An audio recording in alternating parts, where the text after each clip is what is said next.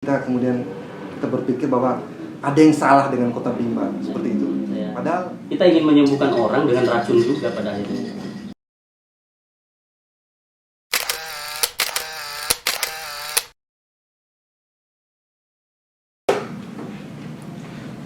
Oke, Assalamualaikum warahmatullahi wabarakatuh.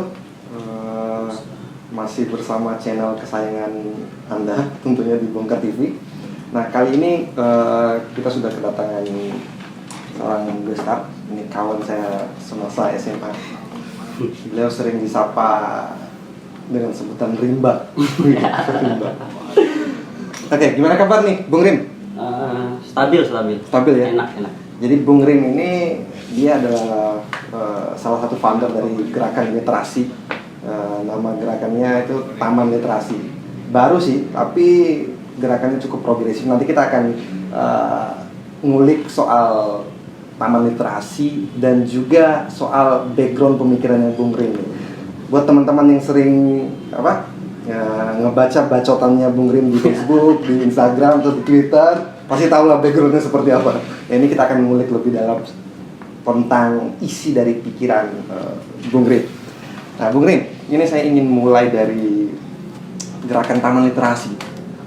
Nah, sekarang ini kan sebenarnya di kota atau kabupaten Bima itu sudah banyak ya gerakan-gerakan komunitas membaca, komunitas literasi. Nah, sebenarnya apa sih yang menjadi ketertarikan dari Bung Rim untuk membuat satu komunitas yang sebenarnya sudah banyak? Ya. Jadi kalau kenapa bisa sampai ke titik ini, sebenarnya karena saya adalah orang yang cukup dibimbing oleh buku. Jadi proses titik balik saya menuju cara berpikir yang rapi itu semua dilandasi oleh bacaan-bacaan oleh buku-buku. Jadi secara tidak langsung saya mau mengatakan bahwa buku itu adalah guru saya gitu. Sehingga saya mempunyai semacam rasa tanggung jawab untuk menyebarkan apa yang saya rasakan itu, bagaimana indahnya berpikir logis, bagaimana tenangnya hidup dengan cara berpikir yang rapi, kira-kira seperti itu. Lalu pada akhirnya saya tiba pada kesimpulan bahwa saya harus menebar semua ini gitu, menebar rasa damai ini melalui buku. Jadi kalau lebih spesifik berbicara tentang taman literasi itu, kalau saya bisa definisikan taman literasi itu adalah seperti kumpulan orang-orang asing yang kemudian akrab dan menjadikan taman literasi itu sebagai rumah untuk menebar kebaikan melalui jalur literasi, kira-kira begitulah. Gitu. Nah, kita pernah punya pikiran seperti ini Bung Rim waktu itu kan. Kita balik ke Bima kemudian melihat situasi tempat tinggal kita, kampung halaman kita yang penuh dengan ketidaksistematisan. Ini kita juga resah. Kemudian kita berpikir bahwa ada yang salah dengan Kota Bima, seperti itu. Padahal itu kita pernah diskusikan malam kemarin. Sebenarnya bukan Kota Bima yang salah, tapi ada yang salah dengan diri kita, sehingga kita memang harus berkontribusi terhadap Kota Bima. Mungkin seperti itu Bung Rim. Iya, jadi kesadaran kognitif kita sebagai manusia yang membaca itu yang harusnya kita jadikan semacam trigger untuk menyebarkan itu. Saya juga pernah ada di posisi bahwa memandang Kota Bima itu sebagai kota yang keterbelakangan tentang bacaan. Tapi setelah saya di Taman Literasi lalu melihat teman-teman yang notabene itu banyak juga dari kalangan-kalangan pelajar SMA, itu saya melihat ada harapan. Jadi Kota Bima itu masih punya harapan tentang untuk diciptakan atmosfer yang intelektual gitu. Jadi ya saya kira ada harapan itu ada. Untuk Taman Literasi sendiri, kira-kira ekspektasinya sebenarnya apa sih yang ingin teman-teman Taman Literasi capai? Karena kita kemarin Bung Rim pernah cerita bahwa waktu kegiatan pertama di Toloweri itu kan ada suasana emosional gitu, melihat anak-anak berkumpul bersama, suasana asik bermain, menggambar. Nah, apakah se-emosional itu sebenarnya posisi Bung Rim tadi? Ya, saya pada akhirnya tidak menyangka ternyata itulah kekuatan magic dari guru-guru ternyata ya. Rasa itu yang mereka dapatkan sehingga mereka rela mengajar, bahkan kalau kita tahu Kalau nggak dibayar ya. iya nggak dibayar tuh berbulan-bulan, tapi ternyata dari emosional yang mereka dapat itu membuat mereka kenyang. Itu setidaknya itu yang saya rasakan kemarin mengajar anak-anak di sana. Jadi saya dulu memang pembaca tapi kurang berbagi gitu. Ternyata ketika diimplementasikan lebih dapat lagi rasa-rasanya. Memang itu semacam apa ya, kayak kita merasakan suatu kedamaian lain di hidup ketika bisa berbagi kepada anak-anak di Toloweri sana kemarin. Lalu misalkan kalau ditanya tujuan sih, sebenarnya Taman Literasi ini kalau saya pribadi ya, mungkin teman-teman juga di Taman Literasi juga mengharapkan hal yang sama. Jadi ini tuh semacam wadah, itu tempat pada akhirnya kami semua pulang gitu. Jadi misalkan orang-orang di dalam Taman Literasi ini kan bergabung dari banyak teman-teman yang kuliah di berbagai daerah gitu. Nah sehingga diharapkan ketika Taman Literasi ini besar, lalu ada sustainabilitas berkelanjutan antara kami lalu teman-teman SMA, kemudian terus berkembang biak sehingga teman-teman yang ke luar daerah kembali kuliah ke tempat masing-masing itu bisa pulang dan kembali waras di sini gitu.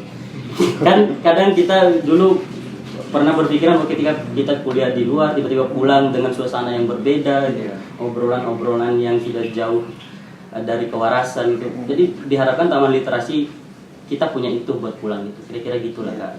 Minimal kita nggak pulang ke Bima tuh tujuan kita hanya untuk ngejar PNS Iya, gitu. iya. Ya nggak ada yang salah sih dengan PNS sebenarnya, Nggak nggak ada ada, yang salah sih. Cuma ya minimal kita punya kontribusi yang benar-benar bisa dirasakan oleh orang-orang di bawah kan gitu Bung Rim ya. Ya, gitu. Nah kalau kegiatan teman-teman Taman Literasi sendiri nih yang apa program-program? Iya sih, walaupun Taman Literasi itu baru banget, baru berjalan 2 minggu. Cuman kita sudah mulai merancang program itu. Jadi tiap minggu itu, tiap hari Minggu pagi kita ada di Amahami. Lalu kita membuka lapak untuk baca gratis. Kemudian jika kalau ada anak-anak yang pengen latihan belajar nulis, belajar gambar itu bisa kita bimbing di sana. Dan per minggu itu kita punya tema-tema kan. Jadi misalkan minggu ini yang akan datang ini, hari Minggu besok kita itu temanya puisi. Jadi kita selain membuka lapak bacaan di sana, kita ada semacam pembacaan puisi diiringi dengan musik-musik dari anak-anak Taman Literasi sendiri. Lalu kami mencoba membuat puisi, mencoba mengajak semua orang untuk kembali merayakan puisi, kira-kira gitu lah. Keren banget. Nah, kalau nggak salah kan ada agenda-agenda ini, diskusi-diskusi rutin internal gitu ya. Diskusi rutin internal itu setiap Jumat sore nih. Kebetulan saya absen kali ini buat. Jadi selain berkontribusi untuk anak-anak di luar juga ya, punya kontribusi di internal ya. Nah, ini menarik sebenarnya Bung Rim dengan kawan-kawan yang ada di Taman Literasi itu, karena bukan saja mahasiswa yang ada di sana ya, juga ada teman-teman SMA, bahkan ada anak-anak SMK yang rasanya tes mahasiswa gitu. Mereka nulis puisi, nulis artikel, itu luar biasa lah. Nanti kapan-kapan kalau ada waktu kita pengen ngerekam kegiatan-kegiatan Taman Literasi. Boleh. Itu keren banget sih. Nah, begini Bung Rim, kegiatan seperti ini kan ibaratkan alternatif thinking, dari ketidakcukupan atau ketidakmampuan supply dari pemerintah untuk menyediakan pemerataan pendidikan misalnya. Karena kita ketahui suasana kita itu suasana yang sangat defisit literasi saya pikir. Nah, apakah kehadiran Taman Literasi ini punya makna filosofis sebagai sebuah alternatif untuk menambal dari kekurangan atau ketidakmampuan pemerintah di dalam upaya untuk mensetarakan pendidikan? Pada awalnya sih kita tidak sampai kepikiran ke sana ya, tapi saya yakin bahwa semuanya pasti akan kembali ke sana. Jadi sebenarnya saya itu orang yang percaya Kak Fajrin bahwa kita tuh memang naif untuk melawan sistem atau begitu, tapi setidak-tidaknya saya berpikir bahwa jika satu orang saja bisa membawa kebahagiaan atau kebaikan untuk 3 orang itu, lalu satu orang ini dilipat gandakan akan cukup membawa dampak yang cukup signifikan juga kalau menurut saya gitu. Walaupun pada akhirnya memang absennya pemerintah itu saya rasa itu sesuatu yang tidak bisa kita pungkiri. Kemarin saja pengalaman di Toloweri itu yang notabene masih daerah kota kan. Cuman disparitas tentang pendidikan itu sangat jauh sekali saya rasa.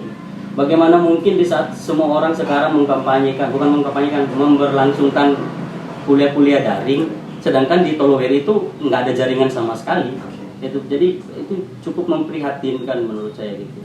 Pada akhirnya memang kita harus mengatakan bahwa pemerintah absen. Kalau bisa coba gambarkan suasana spesifik Toloweri saat itu. Seperti tadi kurang jaringan. Kira-kira apa sih yang dibutuhkan oleh anak-anak di Toloweri saat itu yang Bung Rim tangkap? Kalau saya lihat sih dari ini ya, saya cukup hati saya cukup menjadi gamang ketika pada akhirnya kami memberikan buku-buku dan jumlahnya tuh kurang gitu. Saya tidak bisa membayangkan saat ini masih ada anak sekolah itu yang nggak membawa buku gitu. Saya kira kita turun ke sana, anak-anak itu sudah punya alat-alat tulis gitu, alat-alat gambar yang memadai gitu. Ternyata saya dari kebanyakan anak-anak itu tidak mempunyai itu gitu. Dan ketika kami bagikan pun buku-buku itu, akhirnya saya sedih sendiri karena kami cukup kurang stok untuk membagikan itu, dan itu membuat saya sedih sih. Jadi masih ada ternyata orang di Kota Bima yang segininya itu. Itu buku tulis atau memang buku bacaan? Buku tulis, pulpen itu, krayon. Jadi sangat-sangat fundamental sebenarnya permasalahan. Karena di Kota Bima itu sebenarnya banyak gerakan-gerakan literasi, tapi mereka mungkin fokusnya ke pelosok-pelosok kabupaten yang nggak salah juga sih sebenarnya. Tapi memang kita harus sadar bahwa di Kota Bima juga ternyata masih ada tempat-tempat seperti itu yang jauh dari perhatian lembaga-lembaga seperti Taman Literasi ini. Tapi untung ada teman-teman Taman Literasi ya, semoga kedepannya bisa memberikan manfaat yang sangat luar biasa. Harapan saya juga sih setelah ini mungkin ketika ini ditayangkan ada teman-teman yang terketuk hatinya itu yang punya semangat yang sama untuk terus bergabung membesarkan Taman Literasi ini gitu. Nanti bisa DM Bung Rim ya? boleh lah. Ada juga tuh IG-nya tuh _Taman Literasi. Taman Literasi, ya. Oke. Nanti kita masukin di deskripsi. Oke, kita ingin beranjak dari soal tadi Taman Literasi. Nah, Bung Rim ini juga kan selain dia adalah pegiat literasi, founder Taman Literasi. Sorry ya, disclaimer ya, bukan founder sih. Ya? Iya, jadi Taman Literasi itu punya semua orang di sana. Iya. Salah satu yang punya gagasan ya. Tapi Bung Rim ini, jadi selain dari dia aktif di gerakan-gerakan literasi semacam itu, beliau juga adalah mahasiswa pasca sarjana ilmu hukum ya di salah satu universitas negeri di Mataram. Iya. Dan sekarang sedang dalam proses ujian tesis minggu ini ya ujiannya. Semoga lancar nanti Bung Rim ya. Insyaallah. Nah, kemarin kita diskusi itu tesisnya Bung Rim soal apa? Kebiri. Pengebirian, kebiri. Nah, bisa gambarkan itu kalau nggak salah pernah viral dulu ya. Saya sempat nonton di ELC, ada satu kasus kemudian diupayakan untuk penghukuman kebiri. Itu kasihlah gambaran sedikit kebiri itu seperti apa sih dan bagaimana konstruksinya apa? Ya, jadi pada tahun sebenarnya undang-undang perlindungan anak itu udah ada di tahun 99 sebenarnya. Lalu di tahun 2002 itu undang-undang tentang perlindungan anak dimunculkan lagi sampai tahun 2014 kembali direvisi lagi.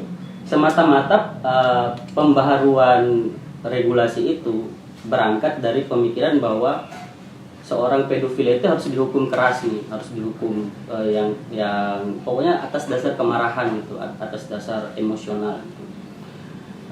Lalu kalau kita lihat perkembangan kasusnya, ternyata ketika direvisi pun pada tahun 2014 itu angka kejahatan seksual terhadap anak itu malah meningkat sampai pada akhirnya tahun 2016 itu Jokowi mengeluarkan peraturan pemerintah Perpu tentang kebiri itu yang pada akhirnya menjadi undang-undang untuk nomor nomor 17 tahun 2016 gitu, atau nomor 16 tahun 2017, saya juga lupa ingat.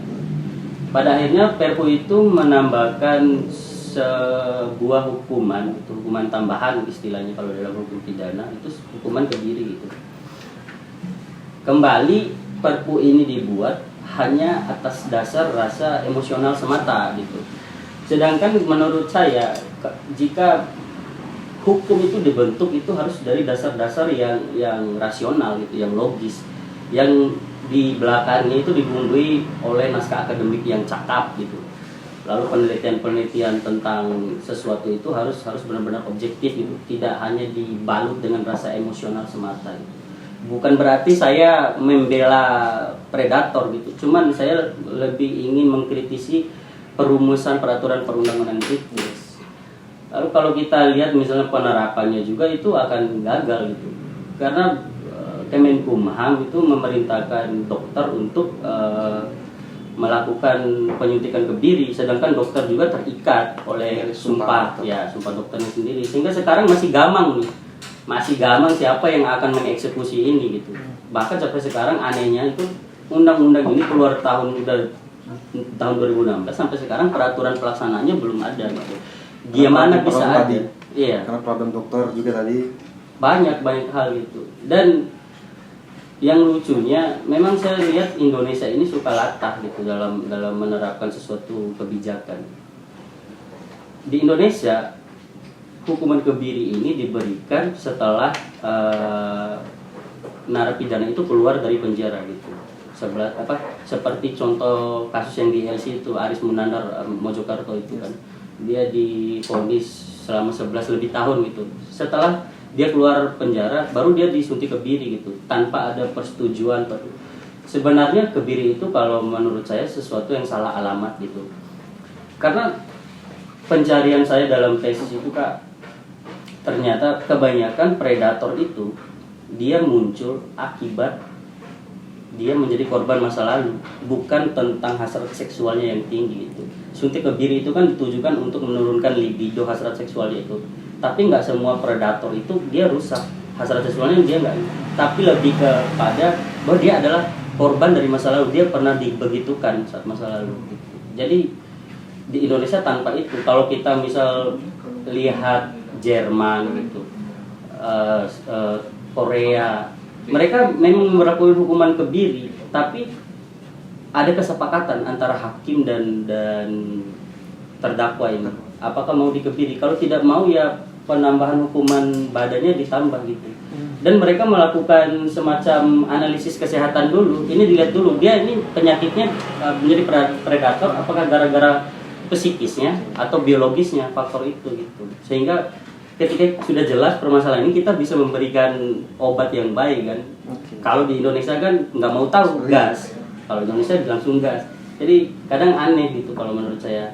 Kita ingin menyembuhkan orang dengan racun juga pada akhirnya. Tadi kan ada naskah akademis yang sebenarnya tidak dimasukkan di dalam upaya untuk rekonstruksi dari undang-undang pengebirian tadi. Nah tadi ada sebenarnya kasus Jerman. Nah Indonesia nggak ngambil di situ? Nggak sama sekali ya? Jadi aneh makanya. Oke. Jadi makanya suka latah gitu. Kalau saya lihat. Biasanya kalau rumusan undang-undang gitu kan dia ada naskah akademis ya. Yeah. Kayak misalnya Omnibus Law ini ada naskah akademisnya, tapi naskah akademisnya cacat karena tahun 50-an yang diambil seperti itu. Jadi pengebiran nggak ada sama sekali ya? Nggak ada. Dan entah nggak ada atau kurang valid sih bahasanya kalau menurut saya. Lalu misal kebiri kalaupun dilihat dari segi konstruksi hukum secara material gitu, secara peraturan perundang-undangan, dia juga tidak ada dalam jenis-jenis hukuman pidana yang ada di KUHP gitu. Sedangkan segala aturan pidana itu kiblatnya KUHP. Walaupun ada salah satu profesor yang mengatakan bahwa hukum yang lex spesialis, kalau istilahnya di dalam hukum itu hukum yang lebih khusus gitu. Misalnya seperti anak ini kan peraturan khusus gitu.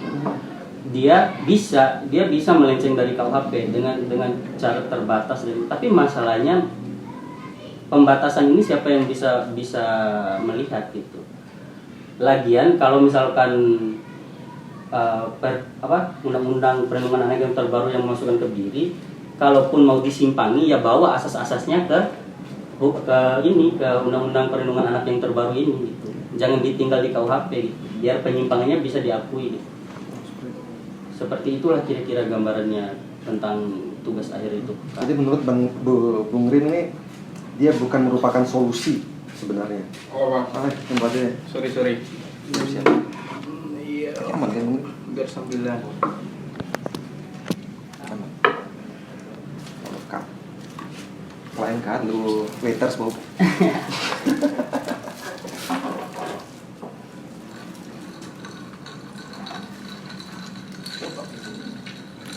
Iya.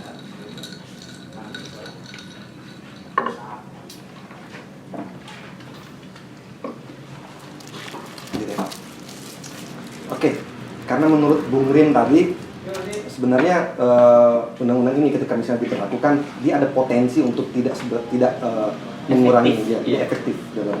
Nah kira-kira pandangan Bung Rin dari sisi logika hukum sendiri harusnya seperti apa? Karena begini, problemnya orang-orang hukum juga tuh selalu memandang bahwa efek jera itu sesuatu yang dirasa rasional gitu, dirasa efektif. Apa-apa ini kurang jera nih, tambahin hukumannya. Padahal sebenarnya itu nggak menyelesaikan masalah. Deterrence effect itu, efek jera itu nggak ada korelasinya sama sekali dengan penurunan angka kejahatan gitu. Misalnya kalau kita lihat narkoba udah ada hukum mati, narkoba masih aja ada gitu. Sedangkan landasan dasarnya mau mereka berpikir bahwa ini kurang jera gitu. Jadi nggak ada korelasinya gitu. Narkoba kan kalau bisa dijelaskan itu tentang perut, tentang ekonomi, balik ke situ. Misal saya kurir disuruh bawa orang dapat 10 juta cuma 1 jam gitu. Ya gimana mau mikirin sampai sempat mikirin bahwa saya akan dipenjara pidana mati kan? Perut saya lebih utama gitu. Karena benefit yang didapatkan Iya gitu. Jadi efek jera itu nggak menjamin korelasi antara itu. Kita sudah jauh, hukum pidana itu sudah jauh meninggalkan sifat yang retributif itu kalau dalam ilmu hukum tuh yang sifatnya membalas gitu. Makanya dulu kan namanya penjara, sekarang lapas gitu. Jadi kita tuh seharusnya hukum pidana itu sudah beranjak dari sesuatu yang sifatnya membalas itu, tapi kita lebih merehabilitasi gitu, konsep hukum pidana sekarang. Cuman banyak orang hukum yang belajar hukum tuh masih terjebak di keadaan hukum yang dulu-dulu gitu. Padahal kita sudah jauh meninggalkan itu. Kalau kasus pedofil ini sebenarnya kondisi psikologis pelaku itu sebenarnya sama nggak sih dengan pelaku pemerkosaan? Kalau sepengetahuan Bung Rin. Kondisi psikologis pelaku, karena tadi kayak yang pedofil itu kan dia ada trauma masa lalu. Nah kalau ini sendiri beda ya? Beda sih, saya rasa beda sih. Pemerkosa itu kan kadang-kadang dia kebanyakan misalnya kasusnya kan bukan mereka mengonsumsi sesuatu yang membuat mereka kehilangan waras gitu kan, sehingga melakukan itu. Kalau trauma masa lalu itu kan memang sesuatu yang sudah tertancap dari dulu gitu. Iya, jadi ya terpatri pastinya. Jadi saya rasa kondisi psikologisnya berbeda. Nah, dampak sebenarnya yang dirasakan oleh korban-korban ini saya ingin coba masuk ke satu hal lagi yang berbeda. Korban pedofil ini kan anak-anak, dia akan berpengaruh terhadap kondisi masa depannya. Nah, mungkin kondisi yang sama juga, kondisi psikologis yang sama juga dirasakan oleh wanita yang korban pelecehan seksual sendiri. Nah, untuk upaya pencegahan, misalnya pengebirian kemudian dilakukan terhadap pelaku pemerkosaan, kira-kira itu masih sama juga kondisinya, harusnya nggak seperti itu? Ya, kira-kira masih dalam garis nafas yang sama. Cuman yang benar pada akhirnya sebenarnya kalau kita mau berkata jujur, undang-undang perlindungan anak itu mereka tuh hanya concern pada pelaku gitu loh. Pelaku ini harus diapakan, pelaku ini harus diapakan. Sebenarnya yang harus dilihat sebenarnya itu dari sisi korbannya. Dia akan mendapatkan mendapatkan rehabilitasi yang bagaimana gitu, akan digimanakan, itu yang kurang di dalam undang-undang perlindungan anak itu sebenarnya. Jadi undang-undang itu hanya fokus pada apa yang dilakukan terhadap pelaku, sehingga melupakan hak korban yang telah dirampas gitu, hak korban yang telah dianggap gitu. Jadi sebenarnya yang paling penting itu bagaimana kita memulihkan korban ini gitu. Selain itu, kalau saya mau lebih jauh tentang bagaimana sih agar tercegahnya gitu, kejahatan seksual ini pada anak. Yang saya lihat sih kita kurang ini loh Pak, tabu tentang hal seks edukasi ini. Ini juga hal yang penting sih menurut saya gitu. Jadi kadang-kadang itu budaya kita itu kan kebanyakan menganggap sesuatu itu tidak baik tanpa benar-benar menggali gitu. Seks edukasi itu dikatakan bahwa kita mengajari anak inilah anak, padahal nggak gitu. Harusnya seks edukasi itu menjadi sangat penting agar anak tuh sejak dini tahu gitu mana yang boleh orang lain pegang, mana yang oleh orang lain bisa harusnya itu. Tapi kadang-kadang budaya kita tuh mengajarkan bahwa kalau kita ngomongin alat kelamin itu udah nggak baik gitu. Itu sebenarnya problem kita juga yang cukup penting. Dan pada akhirnya kita akan mengatakan bahwa kita memang defisit literasi gitu. Defisit, sangat defisit itu. Saya sepakat sih tentang pendidikan seks. Tapi saya ingin membenturkan sedikit. Kira-kira mana yang lebih penting nih, seks edukasi di anak-anak usia dini atau pemahaman soal sejarah local wisdom ini? Karena begini, local wisdom ini kan kadang saya pikir dia adalah local crime. Di beberapa tempat dia menjadi local crime kan.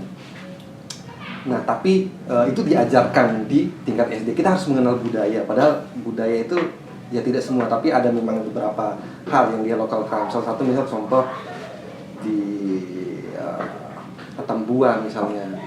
Di Atambua ada satu budaya di mana ibu yang baru melahirkan dilarang untuk menyusui segala macam. Kemudian ada di Sumatera hal serupa. Nah itu kan, tapi diajarkan kebudayaan seperti itu diajarkan. Nah harusnya seks edukasi yang menjadi lebih baik untuk diajarkan. Seks edukasi lebih rasional menurut saya karena basicnya ilmiah gitu. Sedangkan budaya ini kan, memang budaya itu tidak bisa kita pungkiri juga keberadaannya. Tapi ada beberapa budaya yang harus kita kritis melihatnya gitu. Harus kritis. Banyak budaya yang gak masuk akal menurut saya gitu. Banyak sekali. Maka kita harus punya semacam sensor lah, itu balik ke nalar kritis gitu. Filter kritis kita tumpul ya. Nah, ini kembali ke tadi ya soal pengebirian dan soal rape tadi. Nah di Jerman sendiri misal di Jerman itu ada satu regulasi, satu kebijakan yang menyediakan satu tempat khusus untuk para wanita menjajakan tubuhnya. Kemudian di sana ada laki-laki yang siap untuk menikmati. Regulasi itu kan dalam upaya untuk menurunkan tingkat kejahatan, sehingga kejahatan itu tersentral dalam satu titik. Gitu. Bung Rim sepakat nggak dengan hal-hal seperti itu? Atau mungkin kalau misalnya diterapkan di culture kita Indonesia misalnya? Ya, prostitusi kan memang sudah menjadi sesuatu bahan yang dari zaman bahula ada gitu. Memang nafsu biologis itu kan nggak bisa kita pungkiri juga gitu. Nah, lalu misalkan pertanyaannya apakah lebih baik disentralisasikan pada satu tempat ataukah dibubarkan, itu sekali lagi saya nggak ingin masuk ke situ sih. Kalau saya melihat tentang prostitusi itu enaknya kita berbicara langsung tentang regulasinya gitu. Regulasi yang menyebabkan sesuatu itu menjadi teratur atau bahkan untuk menurunkan angkanya sendiri gitu. Seperti kita pernah ngobrol kalau nggak salah itu, seperti di Rusia misalnya. Rusia itu enaknya regulasinya itu tidak mempidanakan perempuan yang menjajakan, tapi mempidanakan yang pemakai gitu. Jadi enak gitu. Jadi saya selalu senang melihat hukum tuh yang begitu, yang ada nilai-nilai ekonomisnya gitu. Prinsip ekonomi sangat ada kan di situ gitu. Ketika apa sih istilahnya kalau yang disediakan itu ketika Supply. itu supply berkurang, konsumsi juga berkurang gitu. Jadi ketika aturan yang mempidanakan laki-laki yang ingin memakainya, ya jelas dia juga akan sedikit takut gitu, sehingga angka ini akan menurun sendiri gitu. Itu lebih baik kalau menurut saya jika ingin membahas ini sebaiknya disentralkan atau tidak gitu. Lebih ke situ sih kan. Nah, seandainya kalau misal kita abstraksikan kondisi itu, Bung Rin, problem sebenarnya kenapa para wanita ini ingin menjajakan tubuhnya kan sebenarnya problem sederhana adalah problem perut, Ya. problem ekonomi gitu. Ekonomi. Nah, dalam kondisi makro sebenarnya saya melihat ini adalah ketidakmampuan negara untuk hadir di dalam upaya untuk menambal perut para wanita. Nah, kalau misalnya kita coba abstraksikan regulasi tadi, misalnya seperti itu kita berlakukan di Indonesia, misalnya demand-nya berkurang, konsumennya berkurang karena takut di penjara misalnya. Kemudian alhasil negara pun di satu sisi negara tidak hadir memberikan supply ekonomi, tapi dan di satu sisi lagi tidak ada konsumen.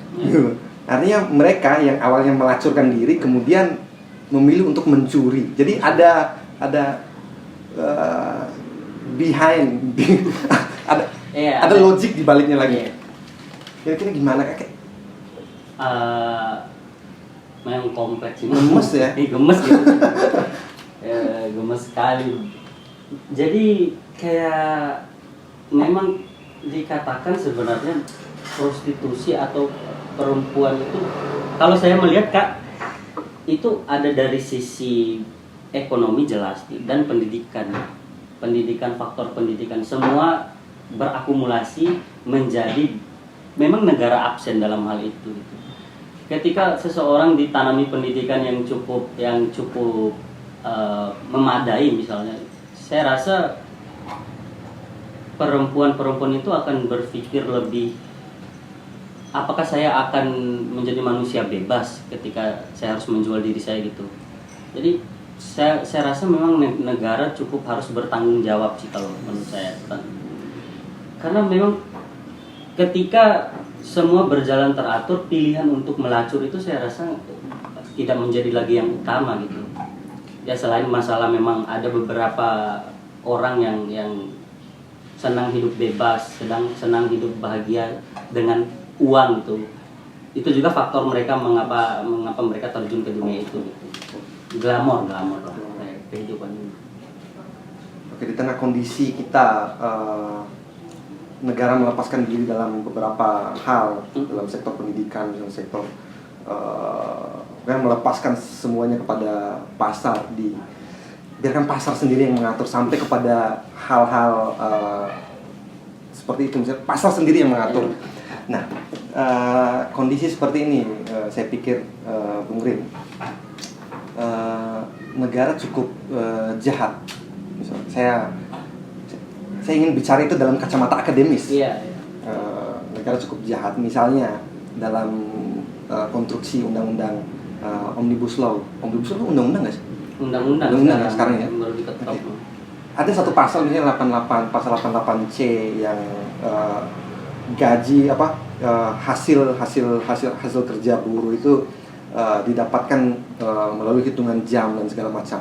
Nah, kita tahu bahwa wanita punya keterbatasan soal itu.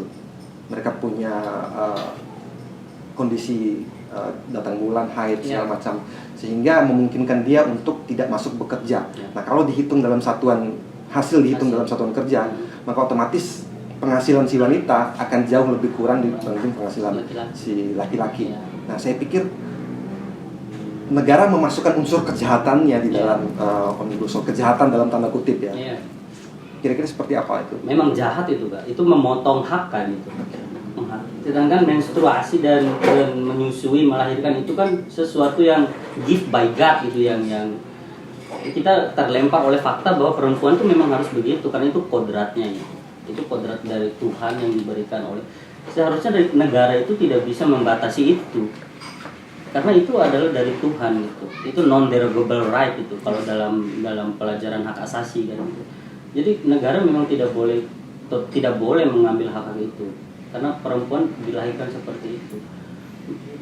memang saya lihat banyak sekali peraturan perundang-undangan yang dalam konteks pidana itu memang dia ada nuansa menindas perempuan dalam berbagai aspek. Misalnya contoh lah Kak, korban perkosaan itu kan gila-gila itu penyidik itu saya pernah dapat pengalaman cerita banyak-banyak.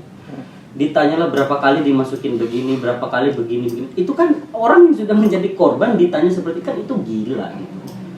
Ini mereka kurang pemahaman hukum, makanya memperlakukan perempuan kan nggak bisa seperti itu. Makanya banyak lah kalau kita misalkan melihat penyintas yang membuat testimoninya ketika dia menjadi korban pelecehan, tibalah pada penegak hukum, pada akhirnya kandas gitu. Sampai-sampai kok kamu mau begitu? Pak, mereka lupa ada relasi kuasa di situ.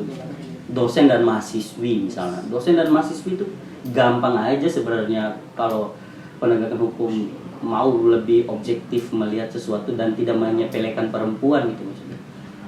Ada relasi kuasa di sana. Misalnya seorang dosen mengancam saya tidak akan memberikan kamu nilai bagus, tapi layani saya. Sedangkan perempuan ini dia sebut saja pikirannya dihantui oleh SPP yang mahal, harus cepat ini, harus itu. Jadi dia nggak ada kuasa untuk situ.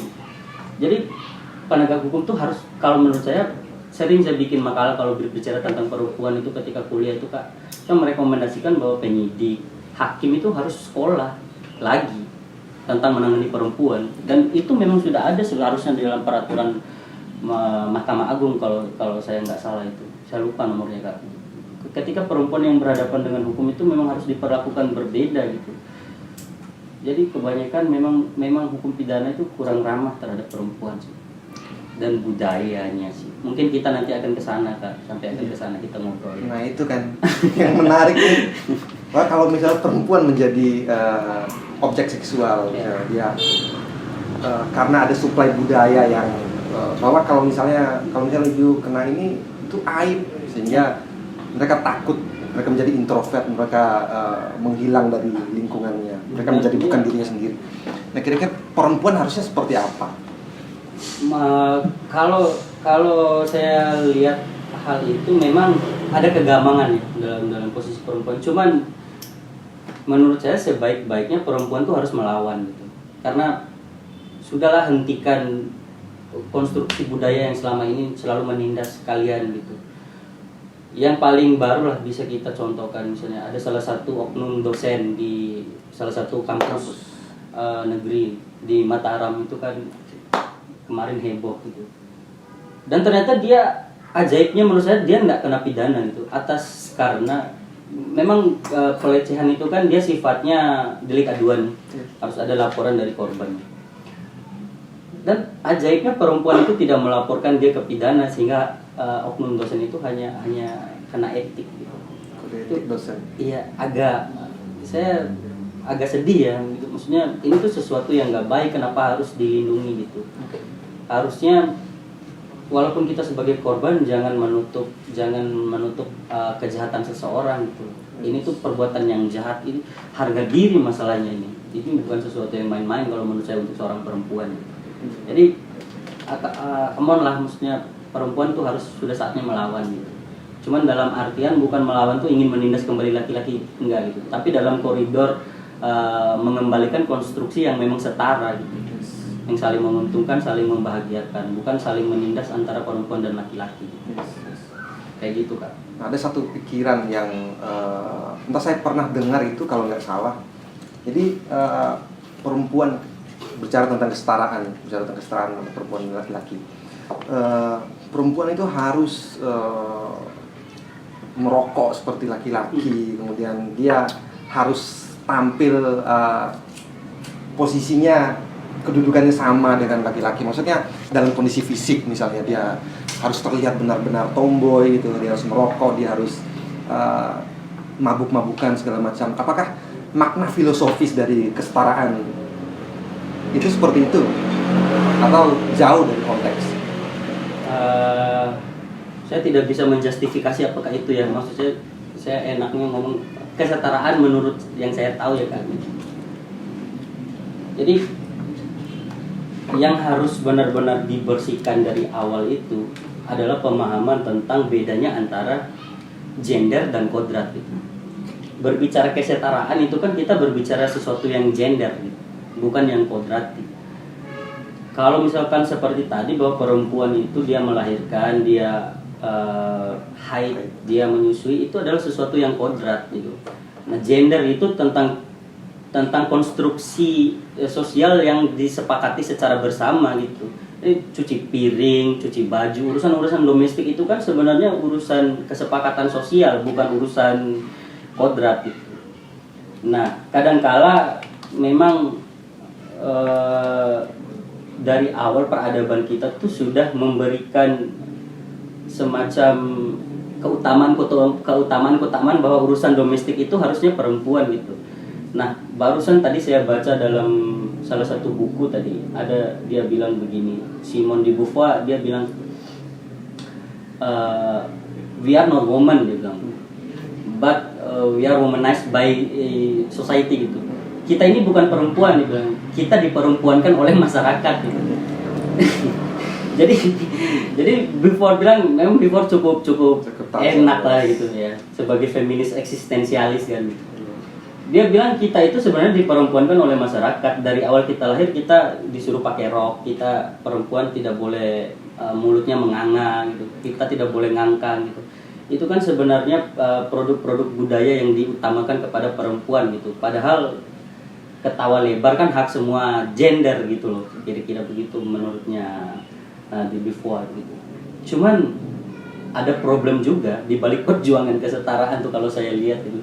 Ada juga perempuan-perempuan itu yang meremehkan temannya gitu loh. Kamu tuh harusnya kerja di luar, nggak boleh di dapur, nggak boleh hanya di kasur gitu. Jadi antara sama perempuan tuh ada itu gitu. Ada itu. Karena menurut saya itu kegagalan paham tentang perjuangan kesetaraan. Ada teman yang bekerja sebagai itu dan memilih itu, ya dia juga feminis. Karena untuk urusan dapur itu bukan urusan sepele loh gitu. Dia harus punya pengetahuan untuk membagikan gizi pada anaknya yang baik tuh, kadar gulanya berapa gitu, kalorinya berapa, ini itu perhitungan. Lebih lagi urusan kasur. Urusan kasur kan sangat fundamental di dalam lembaga perkawinan kan. Sehingga perempuan tuh harus belajar Kama Sutra misalnya. Banyak hal itu pengetahuan semua. Jadi pekerjaan domestik itu tidak boleh dilihat secara begitu gitu.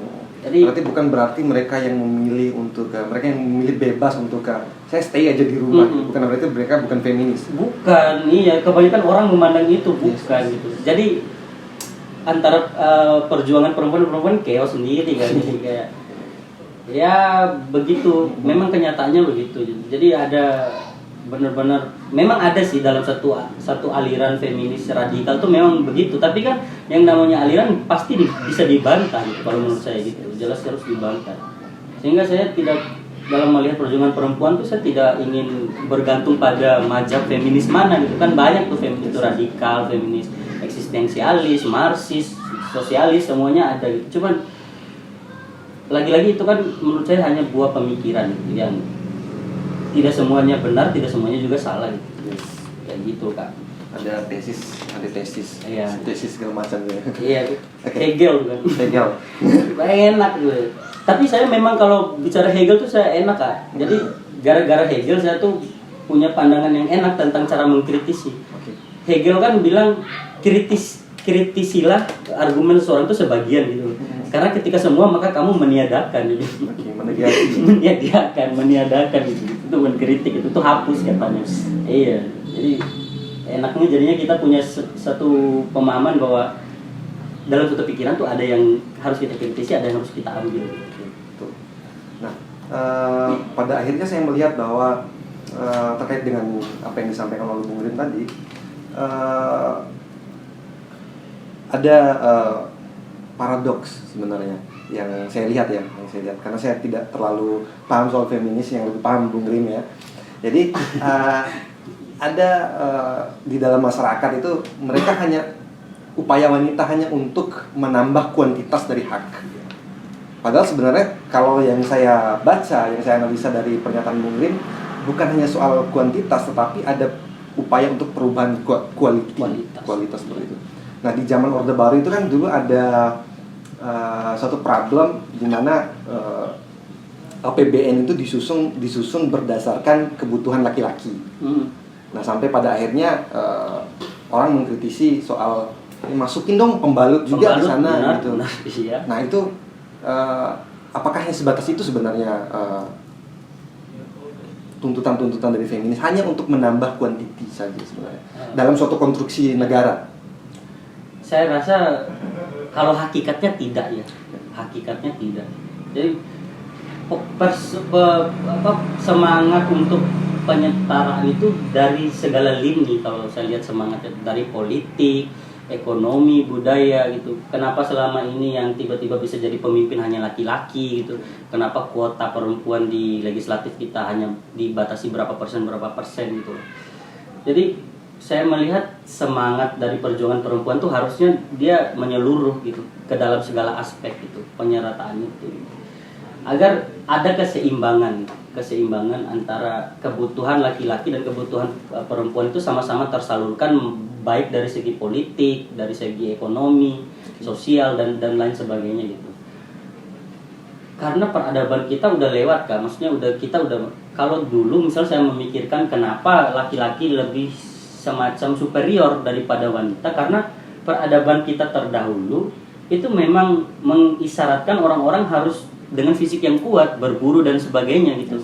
Jadi laki-laki memang lebih superior, tapi kan zaman sekarang kalau kita lihat semua orang bisa mencari uang bahkan dengan cara yang halus gitu loh.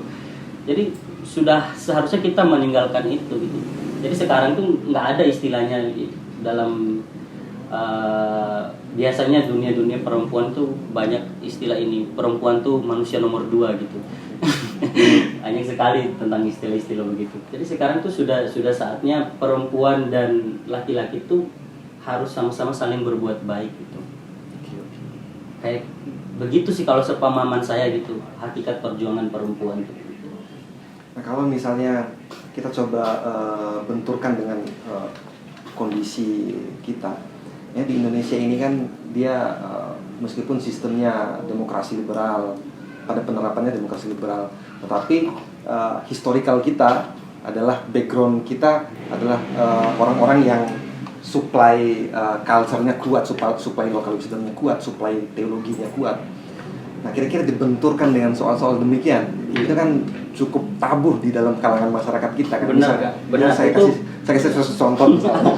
Ini satu contoh, ada satu misalnya dalam satu aliran kepercayaan agama misalnya, perempuan itu tidak boleh tadi yang diomongin oleh Bung Rim, nggak bisa bicara kencang-kencang, nggak boleh menyanyi, nggak boleh.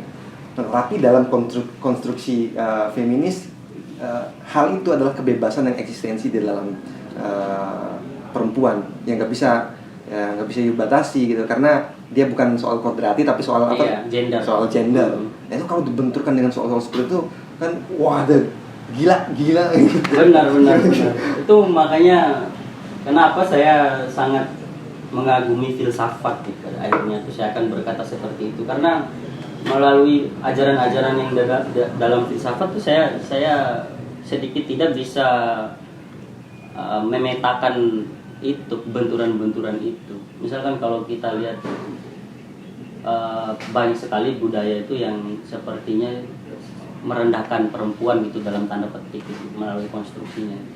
Cuman dengan kerapian berpikir, kelogisan berpikir yang saya dapatkan di filsafat, saya akan kembali kemudian bertanya, apakah budaya ini benar-benar punya rasa sesuatu yang dekat dengan agama atau tidak gitu. Misalnya dalam salah satu aliran di Islam misalkan begitu. Lalu saya akan berpikir dan bertanya ulang, apakah dalam proses penciptaannya Tuhan itu setidak adil ini gitu. Jadi misalkan dalam agama kita dikatakan bahwa sepertinya laki-laki itu imam gitu. Pokoknya selalu laki-laki yang lebih utama dari perempuan. Lalu saya dengan refleksi filosofis saya berpikir, apakah Tuhan itu setidak adil ini gitu, sehingga harus membedakan bahwa laki-laki ini harus lebih unggul loh. Yang ini tuh harus perempuan tuh harus lebih. Saya rasa nggak gitu. Tuhan tuh nggak gitu. Menurut pikiran saya, Tuhan tuh adalah sesuatu yang adil gitu. Yang selalu ingin manifestasinya itu setara gitu. Mau dia perempuan, laki-laki, hewan jantan, hewan betina, saya rasa Tuhan itu adil seperti itu gitu. Jadi kadang hal-hal seperti yang berbenturan dengan budaya seperti itu akan tereliminasi sendiri Kak, gitu. Kalau saya melihatnya gitu, kalau pribadi saya. Nah, kalau misalnya kita ini menarik sih sebenarnya guys. Kalau misalnya kita baca misalnya filsafatnya John Rawls, meskipun filsafat John Rawls saya pikir yang setahu saya dia tidak banyak membahas soal gender ya. Ya. Jadi ada satu teori keadilan John Rawls itu bahwa keadilan di antara dua sisi dia berdasarkan titik origin, berdasarkan titik origin ya. Jadi misalnya si A startnya di 2 dan si B startnya di 1, maka dia kalau dia tiba di satu tujuan yang sama, artinya dia tidak setara, karena dia startnya tidak setara, gitu. Ya, kalau misalnya kita masukkan konsep teori itu ke dalam konstruksi feminis, apakah itu logik ya misalnya? Fakta empirisnya misalnya, saya pernah baca satu artikel, sesuatu kejahatan itu jauh lebih besar timbul dari laki-laki ketimbang wanita. Jadi ada satu teori dalam medis bahwa laki-laki itu lebih cenderung melakukan kejahatan terhadap wanita ketimbang wanita melakukan kejahatan terhadap lelaki, sehingga mereka start dari titik yang berbeda. Itu kalau pandangan Bung Rin? Itu cukup menarik juga sih Kak. Cuman saya tidak begitu jauh menyelami John Rawls ya. Cuman saya punya satu teori yang menurut saya itu sangat klop sama perjuangan feminis. Kalau menurut saya itu teori kritisnya dari mazhab Frankfurt itu namanya Axel Honneth. Axel Honneth itu dia bilang bahwa keadilan itu tentang pengakuan terhadap harkat dan martabat seseorang, recognition of justice gitu, pengakuan keadilan. Jadi Axel Honneth bilang adil itu adalah ketika seseorang itu ditempatkan sesuai dengan harkat dan martabatnya, itu baru adil gitu. Bukan tentang ukuran ini, bukan itu, tapi pengakuan itu. Jadi orang Papua dia tidak bisa dijawab-jawabkan gitu. Karena orang Papua harkat dan martabatnya sebagai orang Papua gitu. Jadi mau nggak mau kita harus mengakui harkat dan martabat, itulah adil gitu. Kalau menurut Axel Honneth. Jadi kalau satu teori yang akan gabungkan dengan feminis, saya rasa itu Kak yang paling enak, yang paling ya, paling gemes. Nah, kalau misalnya saya kemarin baca sedikit soal fakta-fakta empiris yang terjadi soal pelecehan seksual di beberapa negara. Bahkan justru negara-negara yang punya regulasi yang begitu bebas, justru kecenderungan mereka untuk jatuh dalam jurang pelecehan seksual jauh lebih besar. Contohnya misalnya saya baca tadi sebelum podcast ini ada Amerika 98 detik itu selalu terjadi pelecehan seksual di sekolah militer, di beberapa tempat itu tingkat kejahatan seksualnya jauh lebih tinggi. Di negara yang justru mengakui soal kebebasan jauh dibanding dengan Indonesia misalnya. Indonesia kan culture dengan suplai teologinya lebih besar. Itu kira-kira Bung Rin memandangnya seperti apa? Kejahatan seksual itu saya agak buram ya kalau melihat secara keseluruhan. Cuman menurut saya kejahatan seksual itu saya lebih enaknya tuh melihat dari individu gitu, per individu dari kita sendiri gitu. Saya harus mengakui bahwa saya dulunya orang yang sangat jahat terhadap perempuan tuh Kak. Itu asli gitu. Mungkin ya kejahatannya seperti apa? banyak hal yang banyak hal yang saya curangi gitu. Banyak sekali perempuan itu, pokoknya I'm patriarki lah kira-kira. Dulu tuh saya sangat patriarkis gitu. Jadi berangkat dari itulah sedikit tidak terciptanya pikiran-pikiran lebih menghargai perempuan itu lahir dari situ sebenarnya kalau saya pribadi gitu. Jadi saya agak buram melihat secara sistem. Yang pasti kalau misalkan seseorang benar-benar bisa merefleksikan nilai-nilai perempuan, itu saya rasa hal-hal yang menyepelekan manusia ya, kalau saya bilang pelecehan seksual itu nggak akan terjadi gitu. Karena saya juga ada pikiran yang kayak patriarki itu, dia tidak hanya mengkungkung perempuan saja gitu, tapi laki-laki pun dicapik oleh patriarki gitu. Misalkan kalau kita analogikan, ada seorang perempuan tiba di hotel sendirian, pelayan itu pasti dia bertanya gitu, mau kemana, kamar nomor berapa, dengan apa gitu, dan dengan perasaan yang dalam kepalanya bahwa ini adalah perempuan yang diperjualbelikan gitu. Sedangkan jika seorang laki-laki masuk ke hotel sendirian tanpa basa-basi, seorang pelayan tidak akan bertanya gitu. Jadi pelayan ini sebenarnya dia adalah korban dari patriarki itu, korban dari kebudayaan yang selalu memandang itu. Padahal dia sebenarnya orang baik gitu. Cuman karena sistem budaya kita terlanjur melihat bahwa ketika seorang perempuan sendirian ke hotel itu adalah perempuan yang tidak baik, jadi dia otomatis ke-trigger dengan sendirinya oleh budaya itu. Jadi semua orang itu, mau laki-laki mau perempuan, pasti ada genggaman patriarki. Nah, kesadaran itulah yang penting untuk kita bisa melepaskan diri dari pandangan patriarki itu. Saya pernah nonton satu film Bung Rim. Jadi ada percakapan antara dua orang.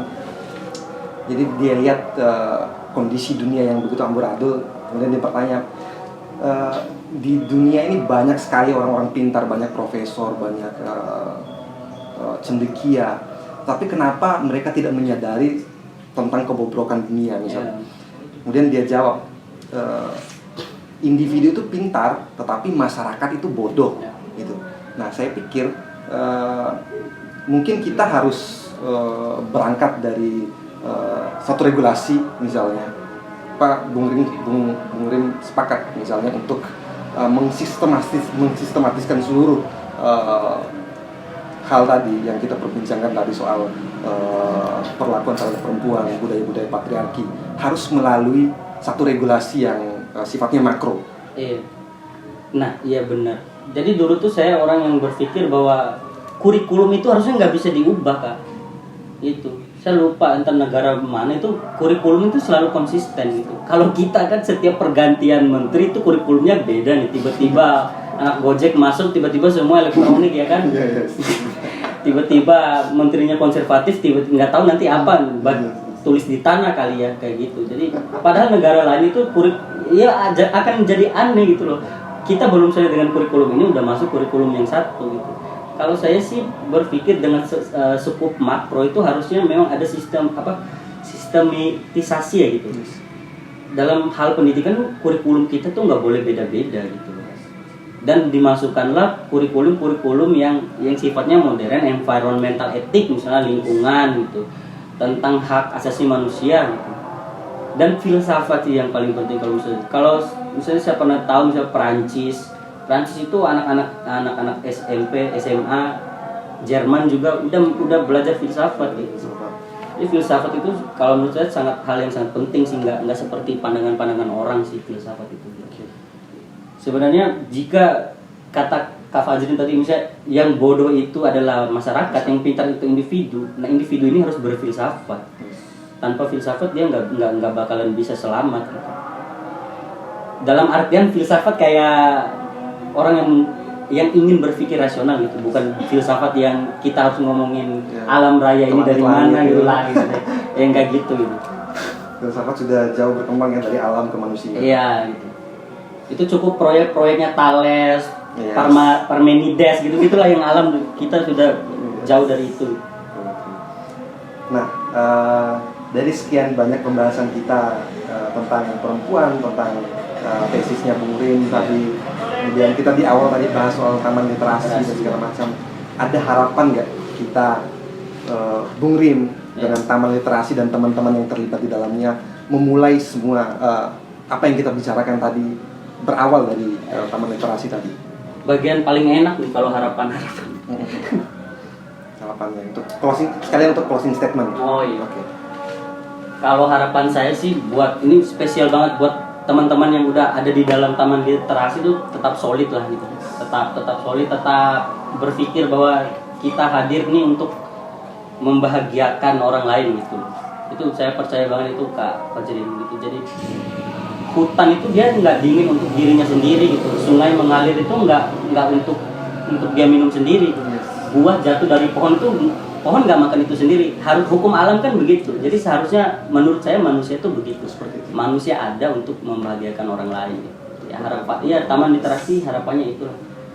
Pokoknya kalau saya bilang bahwa jutaan bahkan miliaran orang tuh belum sadar bahwa bacaan tuh tentang kebutuhan gitu. Asli itu tentang kebutuhan gitu.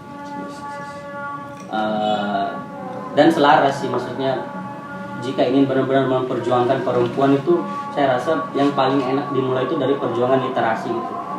Jadi kita benar-benar ngulik tentang feminis lalu kita implementasikan dalam kehidupan sehari-hari. Itu yang paling enak kalau menurut saya belajar feminis maupun filsafat sih. Jadi termasuk teman-teman yang belajar filsafat juga, kalau saya pribadi saya belum tahu banget Kak, cuman yang saya dapatkan bahwa filsafat itu dia nggak akan berjalan tanpa kita mempraktekkan ke kehidupan tentang Philem and Sophia, tentang cinta kebijaksanaan, refleksi tentang hidup. Mungkin itu Kak statementnya. Sangat menginspirasi ya. Oke. Nah harapannya tadi seperti yang dibilang oleh Bung Rin, bahwa semoga taman literasi bisa menjadi hutan ide bagi anak-anak, bagi orang-orang di sekitar. Amin. Dan teman-teman di taman literasi juga bisa mendapatkan manfaat dari kehadiran komunitas tersebut. Nah jadi kesimpulannya tidak ada kesimpulan. Iya, enak tuh. Jangan membuat kesimpulan. Benar. Silakan buat sendiri. Iya, obrolan yang enak tuh adalah yang dimulai dari pertanyaan dan berakhir dengan pertanyaan. Tanpa kesimpulan. Kayak gitu. Itu cara berpikir filsafat ya. Iya, kira-kira gitulah Kak. Oke, terima kasih yang sudah nonton. Nanti kita akan banyak diskusi-diskusi seru-seruan lagi di episode selanjutnya. Salam teman-teman literasi nggak punya salam? Salam literasi aja. Salam literasi. Iya. Oke, terima kasih. Assalamualaikum warahmatullahi wabarakatuh.